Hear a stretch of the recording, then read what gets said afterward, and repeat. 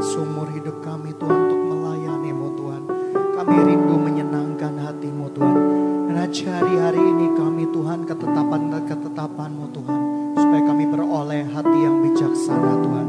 Sebab kami percaya Tuhan, kerajaan-Mu akan bersinar Tuhan. Melalui gereja yang betul-betul hidup Tuhan. Terima kasih Tuhan, kuasai tempat ini dengan kuasa Roh Kudus-Mu. Tidak ada satupun kuasa berhak ada di tempat ini selain kuasa-Mu semata. Kami berdoa hanya di dalam nama Tuhan Yesus Kristus. Kami berdoa dan mengucap syukur. Haleluya. Amin.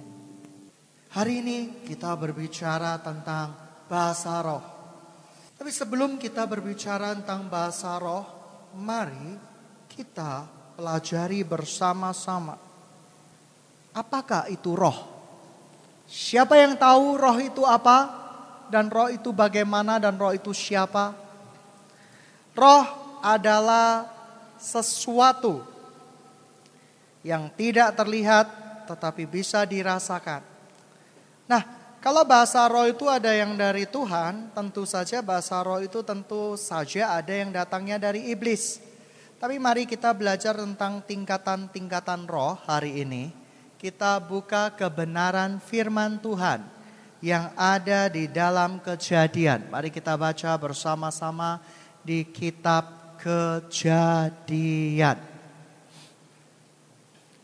Saya tidak tahu bahasa roh yang Anda miliki adalah rohnya Tuhan yang memberikan karunia. Di situ kalian punya rohnya iblis atau roh dari orang mati. Loh, kok jadi serem gini sih ceritanya? Ini benar. Karena beberapa waktu yang lampau gitu ya, ketika bahasa roh mulai booming dan menjadi satu-satunya tanda, saya kasih tahu bahasa roh ada dua. Yang pertama adalah tanda, yang kedua adalah karunia. Tetapi saya akan bahas satu perkara seperti ini. Banyak anak Tuhan yang berharap mendapat bahasa roh. Tetapi seringkali yang mereka dapat bukanlah bahasa roh yang beneran. Yang pertama adalah bahasa yang tidak jelas. Kenapa saya sebut tidak jelas? Kamu pernah berbicara kepada seorang bayi yang umur 5 bulan atau 6 bulan. Halo cikut-cikut. Nah, itu bisa bahasa roh, itu namanya globalisasi, artinya berkata-kata. Tidak jelas, mengguman, yang ngerumpi tetapi nggak jelas artinya seperti apa. Yang berikutnya seperti itu, ada yang bahasa roh yang seakan-akan menunjukkan kata-kata yang sangat mistik. Contoh seperti ini. Alai beke. Halo soy. Saya berkata, saya dulu menyelidiki bahasa roh ketika saya terjemahkan menurut karunia bahasa roh, penerjemahan bahasa roh artinya matilah engkau, matilah engkau. Tetapi mungkin saya kaget, karunia saya kan tidak sempurna. Ada seorang peneliti Alkitab, dia menemukan kaset bahwa orang di sebuah gereja berbahasa roh kencang-kencang. Dan bahasa rohnya mirip dengan bahasa Afrika. Setelah dia pelajari arti daripada bahasa roh tersebut atau bahasa Afrika tersebut. Artinya adalah aku kutuki hari kelahiranmu. Aku kutuki hari kematianmu. Aku kutuki kehidupanmu. Ini yang jadi masalah sekarang. Banyak anak Tuhan ingin memperoleh karunia bahasa roh, ingin memperoleh tanda-tanda di dalam berbicara bahasa roh, sebenarnya itu bukan hal yang paling hakiki di dalam firman Tuhan. Mari kita bahas hari ini kebenaran-kebenaran firman Tuhan. Mari kita baca di dalam Markus. Markus ayat-ayat yang terakhir. Markus 16. Ayatnya yang ke-17. Sudah dapat? Tanda-tanda ini akan menyertai orang-orang yang percaya. Mereka akan mengusir setan-setan demi namaku. Yang pertama apa? Mengusir setan. Yang kedua, mereka akan berbicara dalam bahasa-bahasa yang baru bagi mereka. Ini orang menerjemahkan sebagai bahasa roh. Saya setuju. Tetapi apakah artinya? Kalau kita selidiki arti dari kata ini, bahasa-bahasa yang baru sebenarnya merujuk pada kata-kata seperti ini. Dulu kamu orang Madura yang suka meso. Tak selurit kon, tak pateni kon. Tetapi ketika engkau dipenuhi oleh kuasa Tuhan, bahasamu akan menjadi sangat lembut. Kamu akan kuiris dengan silet lehermu. Lah, mungkin seperti itu artinya. Kamu akan tak pateni kok. Kamu akan kuhentikan nafasmu. Lah, mungkin tuh menggunakan bahasa-bahasa yang baru. Tapi ada yang menerjemahkan demikian, tapi saya kurang setuju. Artinya bahasa-bahasa yang baru. Ketika engkau dipenuhi oleh Roh Kudus, hidupmu penuhnya dengan buah-buah roh. Saya percaya kata-katamu adalah kata-kata berkat, bukan kata-kata kutuk lagi. Jadi yang dikatakan di sini bukan bahasa-bahasa yang baru yang bagaimana, tetapi lebih mengarah kepada bahasa-bahasa yang kata-katanya penuh dengan blessing, kata-katanya yang penuh dengan berkat, kata-katanya yang penuh dengan sukacita. Nah, mari kita baca ayat selanjutnya karena ini penting sekali. Saya mengerikan sekali beberapa kali saya menerjemahkan bahasa rohnya bukan di tempat ini. Banyak sekali bahasa roh yang berasal dari roh jahat. Rohnya orang mati. Nah, nanti kita akan selidiki bersama-sama kebenaran firman Tuhan. Tadi di mana? Saya buka firman mana? Matius berapa? Oh, Markus. Sama-sama hurufnya lah. Oke, kita baca Markus 16 ayat yang berikutnya. Mereka akan memegang ular dan sekalipun mereka minum racun maut, mereka tidak akan mendapat celaka. Mereka akan meletakkan tangan atas orang sakit dan orang itu akan sembuh. Saya percaya ini kebenaran firman Tuhan. Tetapi kalau Anda menilik dari kebenaran firman Tuhan ini, untuk bagi Anda pengejar bahasa-bahasa roh. Mengapa Anda tidak mengejar Anda memegang ular? Mengapa Anda tidak mengejar minum racun maut dan Anda tidak akan celaka? Nah, inilah sebuah diagnosa yang kebablasan dari anak-anak Tuhan. Anak-anak Tuhan mengatakan bahwa tanda-tanda orang percaya yaitu berbicara dalam bahasa-bahasa yang baru bagi mereka. Mereka menganggap ini adalah bahasa roh. Ini salah banget, salah besar. Karena itu tidak jelas. Ketika Anda ceritakan bahwa aku akan mengusir setan. Oke, kita akan punya karunia untuk mengusir setan. Anda mau tahu berikutnya? Saya buat nggak jelas dulu supaya Anda bingung ya. Berikutnya, meletakkan tangannya orang sakit dan orang itu akan sembuh. Anda sudah pernah doain orang sakit? Sembuh nggak? Siapa yang berhasil nyembuhin? Angkat tangan. Oke. Nggak ada yang angkat tangan. Siapa yang pernah minum racun? Loh, kalau Anda mengatakan bahasa roh sebagai tanda yang harus digenapi oleh Tuhan, Anda tidak boleh menyingkirkan ayat-ayat di atasnya untuk tidak digenapi oleh Tuhan. Ayat-ayat ini adalah ayat-ayat untuk memperlengkapi orang-orang percaya dalam pelayanan kudusnya Tuhan. Sekali lagi, ayat dari Markus 16 ayat 17 adalah ayat-ayat untuk memperlengkapi orang-orang percaya dalam pelayanan kudusnya Tuhan. Contoh seperti ini, Anda pergi ke daerah pedalaman, Anda diutus oleh Tuhan. Mereka tidak bisa berbicara bahasa Indonesia. Tiba-tiba kamu diberi karunia sama Tuhan, berbicara bahasa-bahasa lain yang dimengerti oleh mereka untuk mempermudah kerajaan Injil masuk di dalam sana. Itu yang dinamakan karunia. Karunia dan tanda itu tidak terlalu banyak bedanya. Sekali lagi, karunia dan tanda tidak akan terlalu banyak bedanya. Penerjemahan tanda-tanda ini akan menyertai orang percaya. Artinya orang-orang yang diperlengkapi di dalam pelayanan kudusnya. Anda mulai mengerti ketika saya agak sedikit membingungkan Anda di awal-awalnya. Sekarang saya akan mulai perjelas. Kalau Anda menggunakan dasar ayat Matius 16-17 ini, Kalau begitu, Markus, saya akan meminta Anda meminum racun ular hari ini. Dan Anda tidak akan mati. Mengapa? Karena Anda mengambil satu dasar ayat, lalu dasar ayat yang ke atas dan atasnya tidak Anda genapi, itu masalah besar. Nah, teman-teman yang dikasihi Tuhan, tunggu dulu. Bahasa roh yang sejati itu ada. Saya bicara bahasa-bahasa roh yang palsu. Bahasa-bahasa roh yang diperoleh melalui penumpangan tangan. Anda ditumpang tangan oleh seorang hamba Tuhan yang hidupnya belum sembuh dari dosa okultisme. Roh siapa yang akan masuk di dalam hidup Anda? Tentu saja roh jahat, rohnya iblis.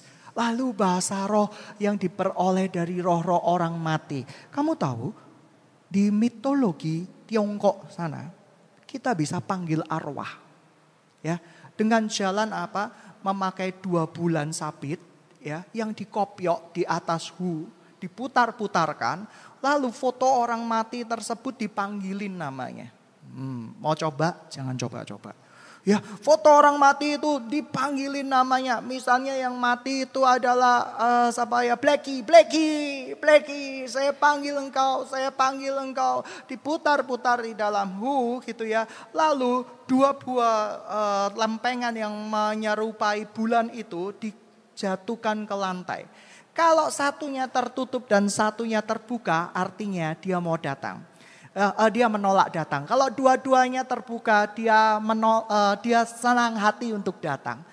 Tetapi itu salah satu bentuk pertama pemanggilan roh. Yang kedua, saya pernah ketika engkong saya meninggal, dipanggillah sebuah suhu. Ya, suhu enggak tahu itu dari Putong Pai atau Kulun Pai atau dari Shaolin, saya juga tidak tahu. Dia panggil di rumah, saya ingat gitu ya. Kemudian nenek saya yang waktu itu belum bertobat, dia bertanya keadaannya di sana bagaimana. Oleh karena itu suhu itu meminta foto, meminta kain gitu ya. Lalu dia pakai gitu ya, diputar-putarkan. Dengan kain hitam yang ada di kepalanya dia putar-putarkan dan dia meminta darah ayam. Saya ingat persis itu. Lalu tiba-tiba kerasukan. Dan bahasanya aneh-aneh. Bla bla bla bla bla bla. Lak. Itu serius. Saya dengarkan sendiri. Ya, kalau Anda mengatakan bahwa lak itu adalah bahasa roh, selalu bahasa roh, iblis pun bisa meniru. Dan waktu itu ditanya gimana keadaan sana. Tiba-tiba orang yang kerasukan arwah itu marah-marah. Saya nggak pernah dikasih makan.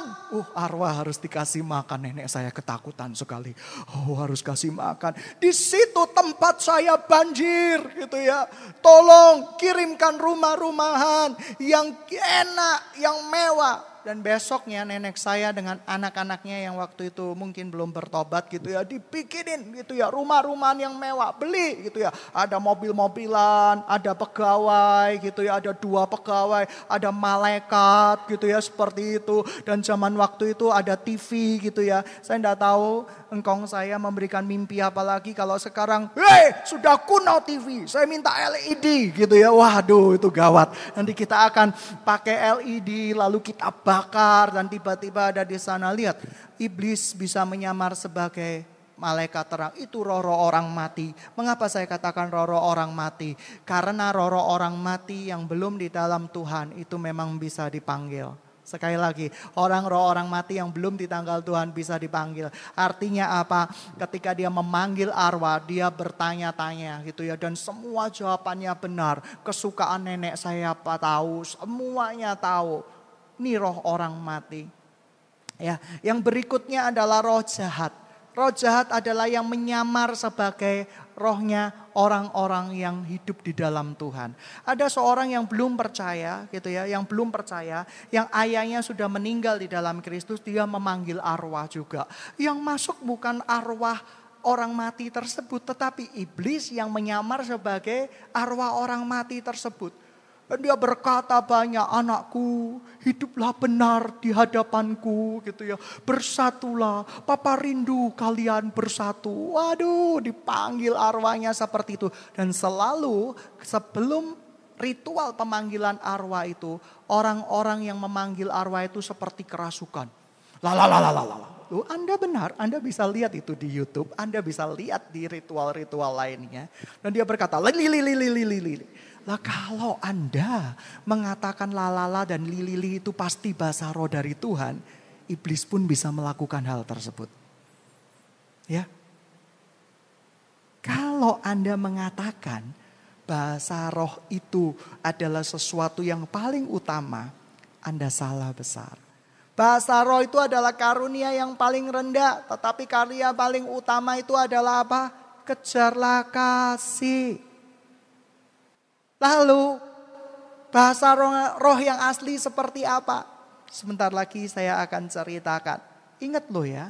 Kalau kita mempelajari firman Tuhan, jangan gunakan satu pasal untuk mendukung pasal yang lain. Kita harus baca secara keseluruhan. Apakah ayat itu saling berhubungan? Apakah ayat itu berdiri sendiri? Itu yang namanya eksposisi Alkitab. Oleh karena itu kita tidak boleh menggunakan satu ayat lompat untuk didukung ayat yang lainnya. Itu salah kaprah. Seringkali digunakan oleh pria-pria kesepian untuk menembak wanita-wanita. Seperti itu. Tidak baik seorang manusia sendiri saja. Hiduplah berdua. Ya kan, seperti itu. Saya sering kali menerima puisi-puisi dari teman-teman saya bacakan ya. Kelihatannya romantis. Pada awalnya semua orang bangga dengan pilihannya. Tapi pada akhirnya tidak semua orang setia pada pilihannya. Saat ia sadar bahwa tidak ada yang dipilih, mungkin tidak sepenuhnya yang diimpikan. Karena yang tersulit dalam hidup adalah bertahan pada pilihannya. Sedikit waktu mungkin sudah cukup untuk menentukan pilihan. Tapi untuk bertahan pada pilihan itu mungkin ia harus menghabiskan sisa usia yang dimilikinya. Saya akhirnya jawab teman saya yang kasih renungan itu. Makanya jangan salah pilih. Ini orang stres karena salah milih. Dan dia berusaha untuk bertahan dengan pilihannya.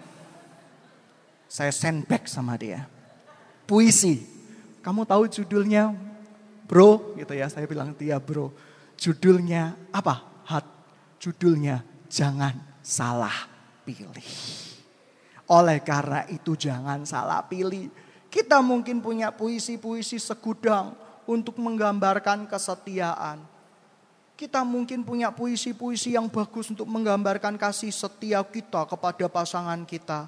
Tetapi saya jelas garis bawahi, semuanya akan jadi sia-sia kalau Anda salah pilih. Kasihan banget ya puisi ini menghabiskan waktu seusia yang dia miliki untuk bertahan. Seperti itu, siliting gitu ya. Dan ketika kita sedang jatuh cinta, kita akan menerima semua puisi-puisi murahan dari versi dunia. Oh yes, aku akan bertahan dengan pilihanku. Kalau engkau gak cocok sebelum nikah, bubar. Sebelum engkau menikah, Anda menderita seumur hidup. Anda tahu maksud saya? Anda jangan pakai puisi-puisi murahan dong. Tidak baik itu. Terus berikutnya kita baca 1 Korintus. Kita percepat saja. 1 Korintus 14. Kejarlah kasih itu dan usahakan dirimu memperoleh karunia-karunia roh. Ya, ini bahasanya usahakanlah dirimu memperoleh karunia-karunia roh. Terutama karunia-karunia untuk bernubuat. Siapa yang berkata-kata dengan bahasa roh tidak berkata-kata pada manusia tetapi kepada Allah. Sebab tidak ada seorang pun yang mengerti bahasanya. Oleh roh ia mengucapkan hal-hal yang rahasia. Tetapi siapa yang bernubuat ia membangun berkata-kata kepada manusia. Ia membangun, menasehati dan menghibur. Stop. Siapa yang berkata-kata dengan bahasa roh, ia tidak berkata-kata kepada manusia, tetapi kepada Allah. Sebab tidak ada seorang pun yang mengerti bahasanya. Oleh roh ia mengucapkan hal-hal rahasia. Dijelas dari ayat ini, bahasa roh yang asli itu ada. Bahasa roh sebagai tanda itu ada. Loh, kok mulai bingung sih? Tadi katanya gak ada, sekarang kok ada? Anda tidak mendengarkan saya baik-baik. Bahasa roh yang benar itu ada. Rasul Paulus mengatakan demikian. Tetapi yang paling penting bukan bahasa roh. Bahasa roh tidak akan membuat Anda mabuk di surga. Bahasa roh, tidak memiliki bahasa roh tidak akan membuat Anda sempoyongan di surga. Tidak memiliki bahasa roh tidak membuat Anda menjadi kultur terendah di dalam kerajaan surga. Yang lain jadi raja, di sana kalian jadi jongos. Tidak seperti itu. Tetapi bahasa roh yang asli itu ada. Tetapi kita tidak berkata-kata kepada diri kita sendiri, tetapi kepada Tuhan yang hidup. Dan ini kalau diterjemahkan di dalam bahasa aslinya, tidak ada seorang pun yang mengerti kosakatanya seperti apa. Tidak ada seorang pun yang mengerti harus seperti apa. Itu bahasa roh yang asli. Sering kali saya terjemahkan bahasa roh yang asli itu adalah bahasa tetesan air mata.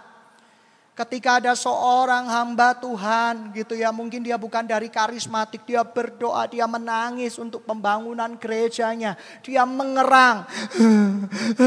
Saya percaya engkau tidak mengerti arti bahasanya. Anda cuma mengerti mendengar. Tapi Tuhan mengerti. Tuhan mengerti, rohnya berbicara kepada dia. Yang saya tidak suka yaitu pengajaran bahasa roh. Ayo sebutkan haleluya 100 kali. Haleluya, haleluya, luya, luya, luya, luya, luya, luya, luya. Oh bahasa roh terus. Ya never give up. Ya seperti itu kamu sudah dapat. Itu bahasa tidak jelas. Itu bahasa-bahasa kosong. Bahasa-bahasa bayi yang tidak jelas artinya. Jelas bahasa roh dengan hati yang penuh roh itu erat kaitannya.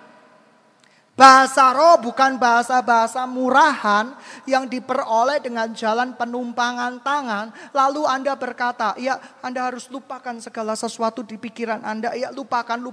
Izinkan roh Tuhan yang mengisinya dengan bahasa-bahasa baru. Dulu saya mengajarkan seperti itu. Saya tidak tahu artinya itu apa. Karena saya berbahasa roh ya tiba-tiba saya bisa berbahasa roh. Tetapi sampai suatu saat Tuhan berkata bahwa ngapain Hadi kamu bicara tidak jelas, aku tidak tahu artinya. Kamu ngomong apa? Loh Tuhan, bukankah engkau Tuhan yang mengerti artinya? Tapi hati saya tidak bisa dibohongi, saya gelisah dengan bahasa saya.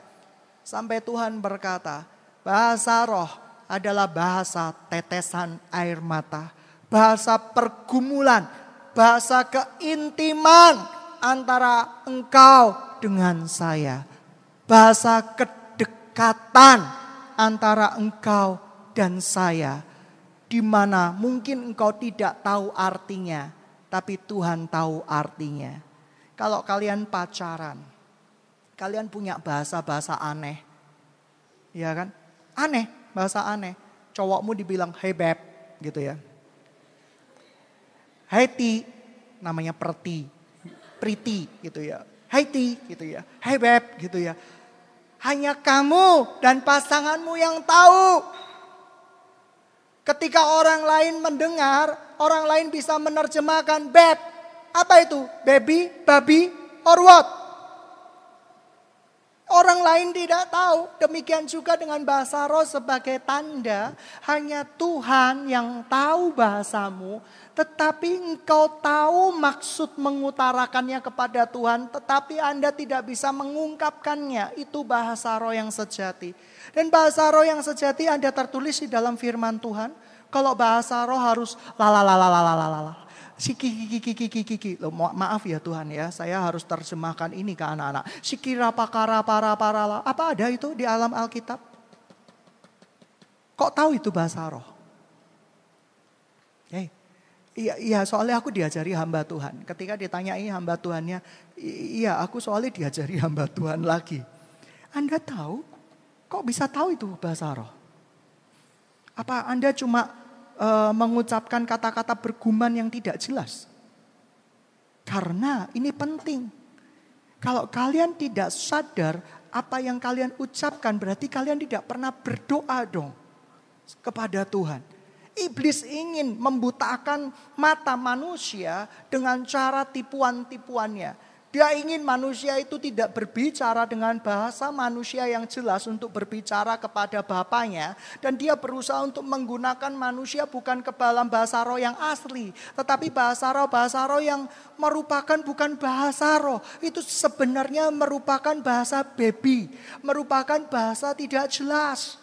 Kamu lihat anak umur 4 bulan atau 5 bulan ketika meraung-raung.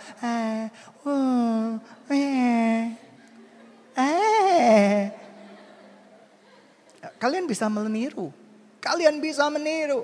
Tapi saya lebih condong. Bahasa roh adalah bahasa jeritan hati. Bahasa tetesan air mata. Yang Rasul Paulus berkata, itu memang membangun engkau dengan Tuhan. Tetapi tidak untuk pertemuan jemaat. Sebab gak ada seorang pun yang mengerti artinya. Tapi di dalam pertemuan jemaat, hendaklah engkau bernubuat. Nah, ini masalahnya. Banyak orang yang berkata nubuatan adalah sesuatu ramalan. Ini salah. Kata-kata nubuatan di dalam bahasa 1 Korintus 14. Ayo kita eksposisi Alkitab. Bawa kamus bahasa Ibranimu. Bawa kamus bahasa Yunanimu. Itu artinya adalah karunia untuk meneguhkan orang lain. Dengan pengetahuan firman Tuhan yang dibukakan pada saat itu juga. Atau karunia memberitakan kebenaran firman Tuhan. Karunia nubuat. Saya percaya gereja Korintus ini bukan gereja cenayang. Tahu gereja cenayang? Banyak orang yang berkata seperti nubuat. Ayo lu bernubuat pada aku. Hari ke depanmu akan ada seorang cowok yang menghampirimu. Dia memiliki 5 mobil mewah. Amin. Terus tiba-tiba dibalas. Oh, kamu akan memiliki 7 mobil mewah. Amin. Lah, serem gereja seperti itu. Itu betul-betul tipu daya iblis. Nubuat di dalam bahasa terjemahan aslinya sebenarnya nubuatan yang terakhir itu sudah tergenapi di dalam diri Kristus Yesus. Tetapi karunia nubuat di akhir zaman ini adalah karunia untuk menyingkapkan perkara-perkara yang akan datang dengan firman Tuhan yang sudah diberikan. Jadi tidak ada firman yang baru. Firman sudah selesai. Tetapi mungkin engkau diberikan mimpi dan penglihatan. Anda diteguhkan oleh kebenaran firman Tuhan dan Anda ucapkan di mimbar Tuhan itu sangat membangun sekali. Tetapi nubuatan-nubuatan baru, firman Tuhan yang baru tidak akan ada. Karena firman Tuhan sudah tergenapi di dalam kitab suci. Loh, ini penting loh. Kalian akan menjadi orang yang bermasalah secara hukumnya Tuhan ketika gak memahami ini.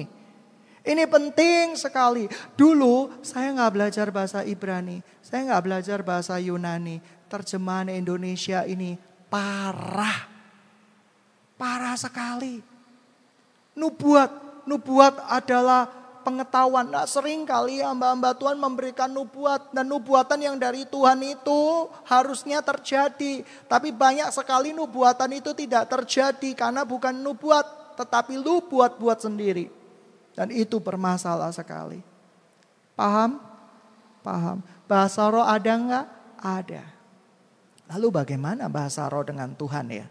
Saya terjemahkan bahasa roh yang datangnya dari Tuhan adalah tanda orang percaya. Semua orang percaya harus memiliki bahasa roh yang datangnya dari Tuhan. Karena itu menunjukkan keintiman kita, kedekatan dengan Tuhan. Lalu bagaimana cara supaya kita bisa memperoleh bahasa roh yang asli itu? Kamu harus dekat sama Tuhan. Karena bahasa roh yang menurut kebenaran firman Tuhan adalah bahasa tetesan air mata. Bahasa keintiman. Di mana orang lain tidak tahu pergumulan hatimu. Tetapi Tuhan dan kamu tahu pergumulan hatimu. Di kamarmu cobalah berdoa dengan Tuhan. Dengan rohmu yang paling dalam. Mungkin kau gak bisa berkata-kata. Mungkin bahasa rohmu aneh. Bagi kebanyakan orang kok gak sikara-pakara sih. Kenapa kok bahasa rohnya cuma itu bahasa tetesan air mata. Anda mungkin tidak tahu artinya, tapi Tuhan menerjemahkan erangan-erangan dari tubuhmu dan Dia mengerti membahasakannya. Anda mengerti maksud saya? Sekarang Anda tahu bahasa roh itu harus berbunyi sikira pakata karama sakara pakarama itu dari mana? Loh kenapa kok Hadi bisa? Kenapa Pak Pendeta bisa? Karena saya terbiasa dengan kata-kata itu. Karena saya dapat ditumpang tangan dan saya juga tidak tahu artinya apa. Loh menghujat Roh Kudus? Enggak, saya mencintai Roh Kudus. Justru kita menghujat Roh Kudus kalau kita tidak mau betul-betul belajar kebenaran firman Tuhan. Ini pertanyaan kritis saya. Dan tidak ada seorang hamba Tuhan pun yang mengajarkan bahasa roh bisa menjawab saya. Anda mengerti fenomena bahasa roh? Sikit tikira pakara pakara pakara. Sekarang kalau maaf Tuhan ya, saya harus terjemahkan ini. Kalau saya bilang sama kamu takit tikit tikit tikit tikit tikit tikit tik, kira-kira itu bahasa roh enggak? Loh, tapi bagi orang yang enggak ngerti kata takit tikit tik, kamu ke Afrika, seorang gereja Pentakosta, coba kita alirannya juga karismatik Pentakosta kok. Juga Protestan, campuran kita ini. Campuran kebenaran firman Tuhan yang pasti benar. Sekarang saya mau tanya, kamu tahu nggak bahasa tak kitik-kitik itu apa? Kamu ku buat geli. Coba percobaan, kamu berdoa di sebuah gereja Afrika yang Pantekosta. Sebutin nama tak kitik-kitik berkali-kali, tak kitik-kitik. Kamu tanya pastornya, sudahkah kamu berbahasa roh? Pastornya bilang apa? Sudah, karena kamu nggak tahu artinya. Dia nggak tahu artinya. Tapi yang lebih seram lagi, ada anak-anak Tuhan, ya, hidupnya tidak berkenan, hidupnya penuh dengan buah-buah terlarang, bukan buah-buah pertobatan, bahasa rohnya agak aneh. Ya, yang saya catat ini, isfidi, udu, aisiki, udu, fu, wotais. Nah, kelihatannya bahasa roh, tapi artinya apa? Dengan kekuatan dari voodoo, aku akan menghipnotis engkau. Menguatkan engkau. Celaka enggak kalau ada yang bahasa rohnya seperti itu? Celaka. Karena kamu enggak ngerti artinya. Oleh karena itu jangan sembarangan menerima penumpangan tangan untuk bahasa roh. Tidak ada kursus bahasa roh. Kalau bahasa Inggris Mandarin ada. Kalau bahasa roh enggak ada kursusnya. Sebutin haleluya sampai 70 kali 7. Sampai bibirmu doer gitu. Haleluya, haleluya, haleluya. Oh ya dapat, teruskan. Itu bukan seperti itu. Itu pengajaran yang salah. Pengajaran yang salah itu harus di stop. Supaya generasi ke generasi mendapatkan hal yang benar. Seperti itu. Bahkan ada yang menerjemahkan seperti ini. Bahasa roh itu adalah bahasa berdiam diri. Penuh keintiman buat Tuhan. Ada yang mengatakan bahasa roh itu bahasa yang tidak dimengerti oleh orang lain. Lah seringkali bahasa yang tidak dimengerti orang lain ini menjadi sebuah ayat pokok. Berarti kalau gak ngerti itu bahasa roh. Oke, sekarang saya sebutkan. La feta diamo lia feta. Kamu gak ngerti artinya apa? Itu bahasa Spanyol. Ya kan? Penuh cinta. Misalnya artinya seperti itu. Anda gak ngerti artinya. Apakah itu bahasa roh? No. Ya kan? Sekarang kamu pergi ke China. Kamu sebutin orang China ya. Oh teriak bahasa rohnya ada satu aneh di rekaman itu. Gua lapar. Gitu ya seperti itu. Orang Indonesia ngerti artinya gua lapar. Tapi di sana adalah bahasa yang baru bagi mereka. Teman-teman yang dikasihi Tuhan, sidang jemaat yang dikasihi Tuhan. Hendaklah kita menjadi dewasa secara rohani. Jangan berpikir secara anak-anak. Bahasa roh sebagai tanda itu ada. Dan itu menjadi tanda orang percaya. Yaitu bahasa keintiman, bahasa kedekatan dengan Tuhan. Saya tidak tahu. Mungkin bahasa keintiman, syikira pakara lalala itu adalah keintiman. Tapi mungkin keintiman seorang dengan penciptanya dan seorang yang lain mungkin bahasanya berbeda. Tidak ada yang tahu. Tetapi yang menurut saya, kalau Anda berbahasa roh, tetapi Anda tidak berbuah roh, saya ragukan bahasa roh Anda. Sekali lagi, kalau Anda bahasa roh, tetapi Anda tidak berbuah roh, saya ragukan bahasa roh Anda. Kenapa? Karena bahasa roh adalah tanda orang percaya. Tanda orang percaya berbuah roh enggak? Berbuah roh. Jadi lebih penting mana? Buah-buah roh atau bahasa roh? Bahasa roh di jemaat boleh enggak? Boleh. Tapi sebagai karunia. Jadi memang ada orang yang punya karunia dan diterjemahkan oleh orang yang punya karunia. Enggak boleh ngawur. Tahu enggak awur? Asal sebut. Banyak yang seperti itu. Shikira para lalala. Saya minta gereja ini menyumbang uang lebih.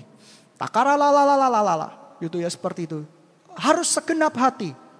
Takabur. Tidak boleh kabur ketika firman Tuhan mengatakan demikian. Ini kan celaka besar gitu loh kalau diterjemahkan seperti itu. Jadi sidang jemaat yang dikasih Tuhan sudah jelas tentang bahasa roh. Anda yang bisa mau berdebat dengan saya. Bahasa roh adalah shikira pakara. Di mana ada penerjemahannya itu merupakan bentuk bahasa roh. Karena itu asing didengar, maka Anda sebut bahasa roh. Kalau begitu saya akan sebut lavita, deamo. Dan itu adalah asing buat pendengaran Anda, tetapi saya tahu artinya apa. Dan ada orang yang berbahasa roh. Yang pertama dari siapa? Dari diri sendiri. Artinya malaikat tidak tahu, Tuhan tidak tahu, kamu pun tidak tahu artinya. Hilangkan itu. Karena 90% mungkin saya bisa analisa 90% bahasa roh anak-anak Tuhan. Tuhan tidak tahu, mungkin bukan berasal dari iblis ya. Mungkin bukan berasal dari iblis. Tetapi Tuhan tidak tahu, malaikat tidak tahu, kamu sendiri pun tidak tahu. Lalu kenapa kamu lega? Sekarang gini aja lah, kamu teriak-teriak aja lah. Cinta 40 kali. Setelah kamu mengatakan cinta 40 kali, lega gak kamu? Lega. Itu lega karena kamu sudah melampiaskan kekesalan hatimu lewat kata-kata itu. Teman-teman yang dikasih Tuhan, sidang jemaat yang dikasih Tuhan, belajar kebenaran firman Tuhan, haus kebenaran firman Tuhan. Jangan mudah dibodohi. 10% bahasa roh anak-anak Tuhan, kemungkinan besar itu adalah bahasa dari pergumulan hidupnya.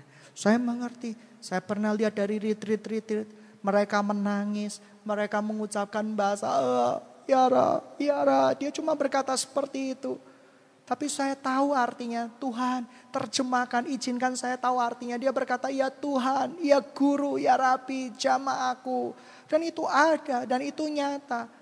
Dan itu bahasa kedekatan, bahasa keintiman yang diperlukan memang untuk menguatkan gereja Tuhan. Sidang jemaat yang dikasihi Tuhan, kamu tahu, gereja Tuhan sekarang itu letih, lesu, terluka. Terluka karena melayani Tuhan, letih di dalam melayani Tuhan. Para murid dulu juga seperti itu. Ketika Petrus sebelum Roh Kudus diberikan di dalam hidupnya, dia letih melayani Tuhan. Dia mencoba melayani Tuhan dengan kekuatan sendiri. Membeli gedung gereja mungkin dengan kekuatan sendiri. Ingin melakukan semuanya dengan kekuatan sendiri. Mereka letih, lesu, terluka. Mereka butuh gurunya, tetapi gurunya sudah pergi waktu itu.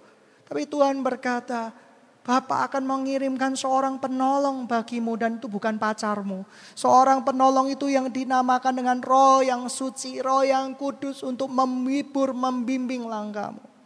Saudara, saya pernah mengalami masa-masa yang paling gelap di dalam kehidupan saya. Saya mengalami masa-masa kehilangan ketika ayah saya harus bekerja di sebuah kota. Sementara saya di kota Surabaya, saya kehilangan figur. Figur saya adalah figur mama semuanya. Saya rindu diajak ayah saya mancing ke Kenjeran. Ayah saya suka ngajak mancing. Rindu ajak saya nonton bioskop kalau sama mama, tidak ada hari tanpa mancing. Pokoknya gak usah mancing, gak usah nonton bioskop. Saya merindu, saya kehilangan pegangan. Demikian juga murid-murid Tuhan Yesus. Waktu Tuhan Yesus diangkat ke sorga, saya tahu ketakutan mereka. Saya pernah mengalami ketakutan-ketakutan yang pernah dialami mereka. Mereka mungkin berpikir, dulu ada Tuhan Yesus yang bimbing saya. Kalau ngusir setan salah, ada yang ngajari.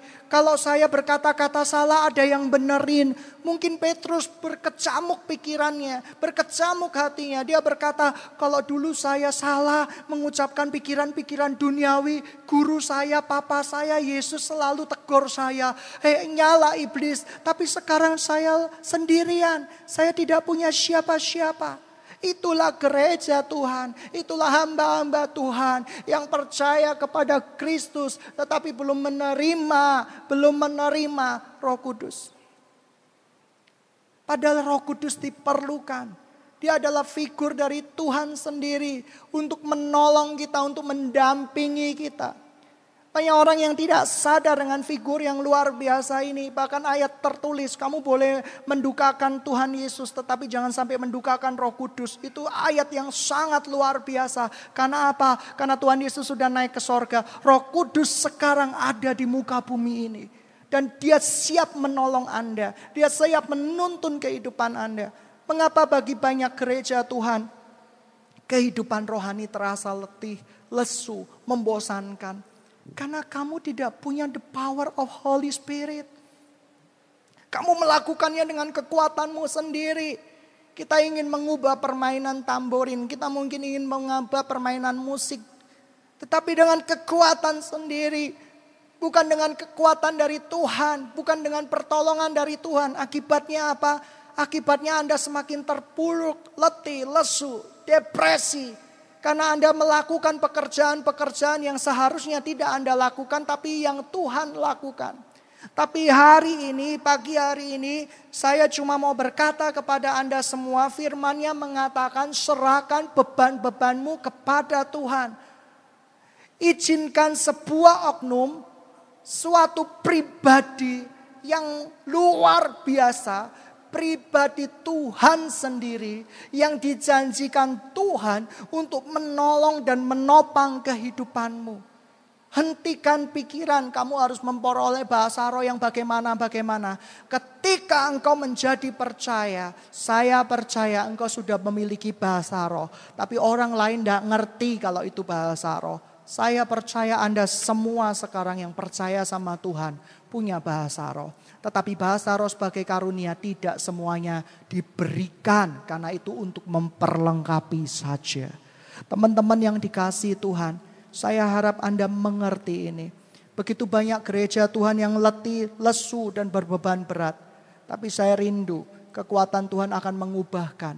Roh Kudus adalah roh yang dikirim Tuhan.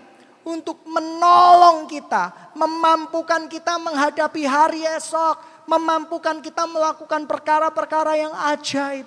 Roh Kudus adalah oknum pengganti Tuhan Yesus. Ketika murid-muridnya ditinggal Tuhan Yesus sendirian, ada sebuah oknum.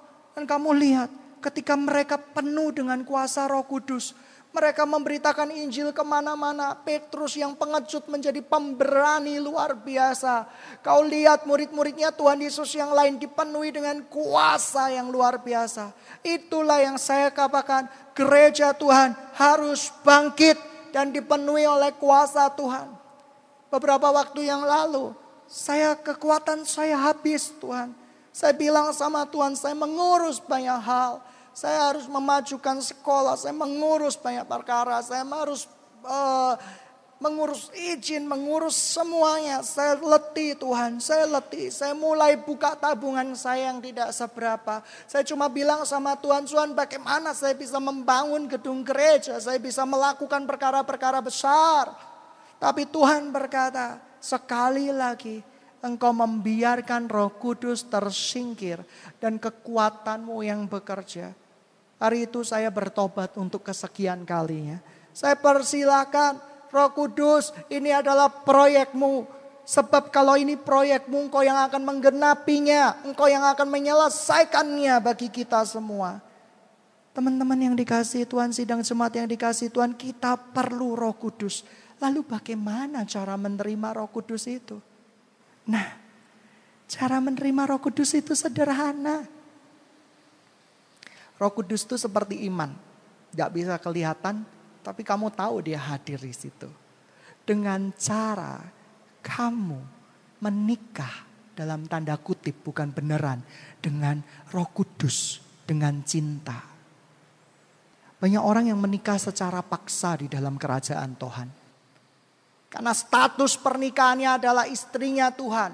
Maka saya harus bekerja keras. Saya harus melayani Tuhan. Memberitakan Injil Tuhan. Tetapi tidak dengan cinta. Tapi ketika Anda menerima Roh Kudus dengan cinta. Dengan grateful heart gitu ya. Dengan hati yang meluap-luap. Dan percaya bahwa yang diberikan adalah selalu terbaik. Saya percaya pelayananmu tidak akan sama lagi.